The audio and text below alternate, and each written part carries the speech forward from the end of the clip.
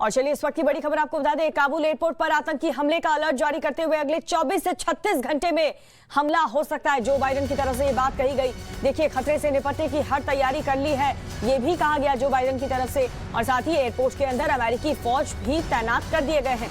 तालिबान ने एयरपोर्ट के पास नाकेबंदी कर दी है। तो देखिए, जैसे ही ये खुफिया अलर्ट मिली, जिसके बाद आगाह कर दिया गया है 24 से 36 घंटे के अंदर आतंकी हमला हो सकता है। खतरे से निपटने की हर तैयारी कर ली गई है, जो बाइडेन की तरफ से ये बात कही गई।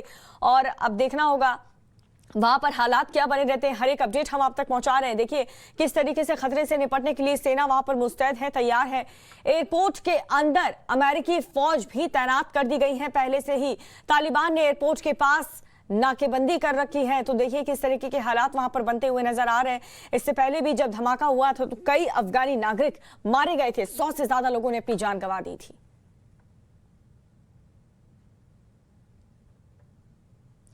और तालिबान ने जल्द ही सरकार बनाने का भी ऐलान कर दिया। इस वक्त ये अहम जानकारी आपको दे रहे हैं। 31 अगस्त से पहले सरकार बनाएगा तालिबान। तालिबान प्रवक्ता ने एक इंटरव्यू में इस बात का दावा किया है। तो देखना होगा तालिबान के शासनकाल में वहां पर हालात किस तरीके के होते हैं, बच्चों के साथ क्या होता है, महिलाओं के साथ क्या होता है। तो ये देखिए इस वक्त की बड़ी खबर, तालिबान ने जल्द ही सरकार बनाने का ऐलान कर दिया है। कौन सत्ता संभालेगा ये बात अभी तक क्लियर नहीं हुई है, लेकिन देखिए 31 अगस्त से पहले सरकार बना लेगा तालिबान। तालिबान प्रवक्ता ने एक इंटरव्यू में इस बात का दावा किया था। इससे पहले जब तालिबान की तरफ से प्रेस कॉन्फ्रेंस की गई थी, साफ साफ कहा गया था कि महिलाओं को परेशान नहीं किया जाएगा, बच्चों को परेशान नहीं किया जाएगा। लेकिन महज कुछ घंटों बाद उस प्रेस कॉन्फ्रेंस की हकीकत सामने आ गई थी। किस तरीके से महिलाओं को काम पर आने के लिए मना कर दिया था, बच्चों को मारा गया था, वहां पर लोगों को डराया जा रहा था, हवाई फायरिंग की जा रही थी। और अब ये बात कही जा रही है कि 31 अगस्त से पहले पहले तालिबान वहां पर सरकार बना लेगी।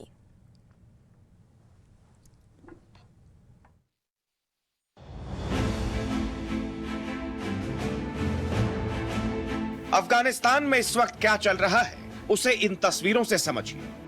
अमेरिका ने काबुल बम धमाकों का बदला लिया। ड्रोन हमले में आईएसआईएस के 2 आतंकियों को ढेर किया। लेकिन इस एक्शन के बाद काबुल एयरपोर्ट हाई अलर्ट पर है। आशंका जताई गई है कि आईसिस काबुल पर स्ट्राइक कर सकता है। इधर अमेरिका का रेस्क्यू ऑपरेशन जारी है, क्योंकि उसे 31 अगस्त तक अपने हर नागरिक को बाहर निकालना है। वहीं तालिबान दावा कर रहा है कि वो जल्द ही काबुल में अपनी सरकार बनाने वाला है। हालात नाजुक है, अनिश्चितता का दौर है। कब क्या हो जाए ये कोई नहीं जानता। खतरा कितना है इसका अंदाजा पेंटागन के इस बयान से लगाया जा सकता है। पेंटागन ने बताया है कि काबुल एयरपोर्ट पर खतरनाक हालात हैं और आतंकी हमले का खतरा लगातार बना हुआ है। वहां मौजूद अमेरिकी फौज कमांडरों ने यह बताया है कि अगले 24 से 36 घंटे में कोई बड़ा आतंकी हमला होने की संभावना है। काबुल एयरपोर्ट पर खतरा इसीलिए भी बना हुआ है क्योंकि अमेरिका ने काबुल एयरपोर्ट पर हुए फिदायीन हमले के मास्टरमाइंड समेत 2 आतंकियों को मार गिराया। इस आतंकी हमले में अमेरिका ने आईएसआईएस के एक ठिकाने पर ड्रोन से हमला किया था। U.S. military forces conducted an over-the-horizon counterterrorism operation against an ISIS-K planner and facilitator. The airstrike occurred in the Nangarhar province of Afghanistan. I can confirm, as more information has come in, that 2 high-profile ISIS targets were killed and 1 was wounded. अंदेशा जताया जा रहा है कि इस हमले से बौखलाकर ISIS के अमेरिका से बदला लेने की फिराक में काबुल एयरपोर्ट को निशाना बना सकता है।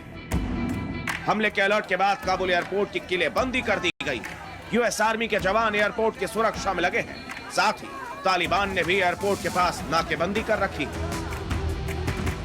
एक तरफ अमेरिका समेत सभी देश 31 अगस्त तक अपना रेस्क्यू ऑपरेशन खत्म करने के लिए जी जान लगा रहे हैं। वहीं तालिबान ने यह ऐलान कर दिया है कि वो 31 अगस्त से पहले ही सरकार बनाने वाला है।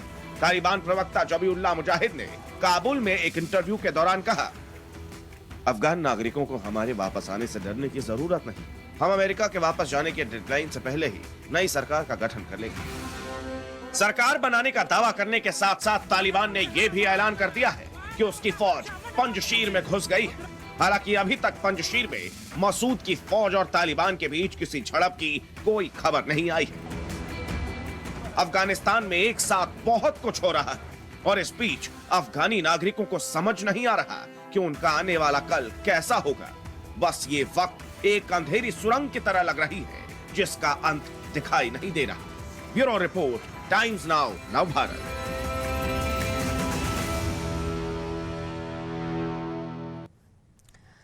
तो देखिए, काबुल एयरपोर्ट पर हमले का नया अलर्ट आ गया है। आशंका ये जताई जा रही है कि आईएसआईएस हमला कर सकता है, लेकिन आतंकियों को अमेरिका के उस ब्रह्मास्त्र को याद रखना चाहिए जिसने अभी से 24 घंटे पहले ही उनके ठिकानों पर विध्वंस मचाया था।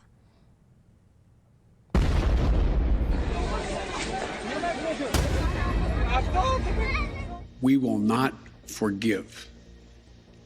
We will not forget. We will hunt you down and make you pay. We will respond with force and precision at our time, at the place we choose, in the moment of our choosing.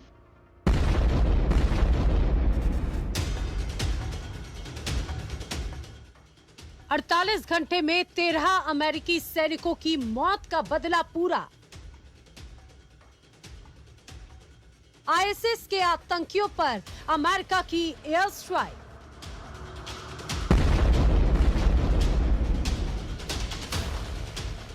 वक्त भी America का था, जगह भी America ने चुनी, हथियार भी अमेरिका के थे, निशाना भी अमेरिका ने ही तय किया और आतंकी को उनके घर में घुसकर मारा। काबुल एयरपोर्ट पर हमले के बाद अमेरिकी राष्ट्रपति ने जो कहा था वो करके दिखाया। I've also ordered my commanders to develop operational plans to strike ISIS-K assets, leadership, and facilities. We will respond with force and precision at our time, at the place we choose, in the moment of our choosing. यह America का प्रतिशोध है। यह America का आतंक के मुंह पर सबसे बड़ा तमाचा है। अफगानिस्तान में आज भले ही तालिबान अपना कब्जा जमा चुका हो, लेकिन अमेरिका ने अपना बदला सूद समेत ले लिया है। जो बाइडेन ने जो वादा किया और जो अपने अमेरिकन लोगों को बताया वो पूरा किया।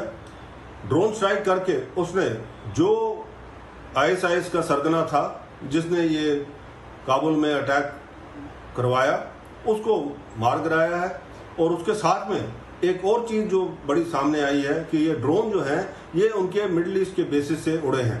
ये दर्शाता है कि अब पाकिस्तान का जो ज़मीन है उसके अंदर भी जो अमेरिकन अपने बेसिस है वो हटाने वाला है, क्योंकि उसको अब ज़रूरत नहीं है उन बेसिस की, क्योंकि तालिबान जो है वो सारा का सारा उसने अफगानिस्तान पे कब्जा कर लिया और अमेरिका वहाँ से विड्रॉ कर रहा है।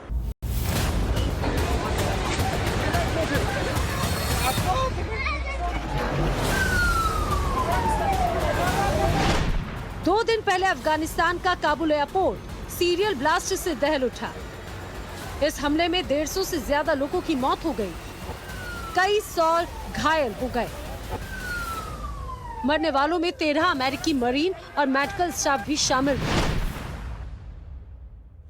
इस हमले की जिम्मेदारी आईएसआईएस-के यानी खुरासान ग्रुप ने ली थी, जिसके बाद अमेरिकी राष्ट्रपति जो बाइडेन ने प्रेस कॉन्फ्रेंस कर ये साफ कर दिया कि हम इस हमले का जवाब जरूर देंगे। As well as anyone who wishes America harm, know this: we will not forgive. We will not forget. We will hunt you down and make you pay. I've also ordered my commanders to develop operational plans to strike ISIS-K assets, leadership, and facilities.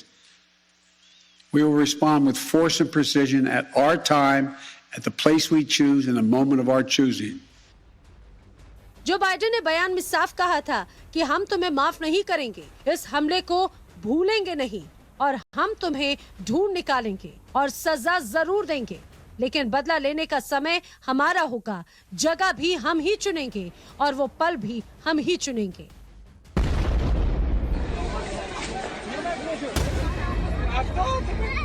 We will not forgive. We will not forget. We will hunt you down and make you pay. We will respond with force and precision at our time, at the place we choose, in a moment of our choosing. Biden के इस बयान के 48 घंटों के भीतर आतंकी संगठन ISIS से बदला ले लिया गया।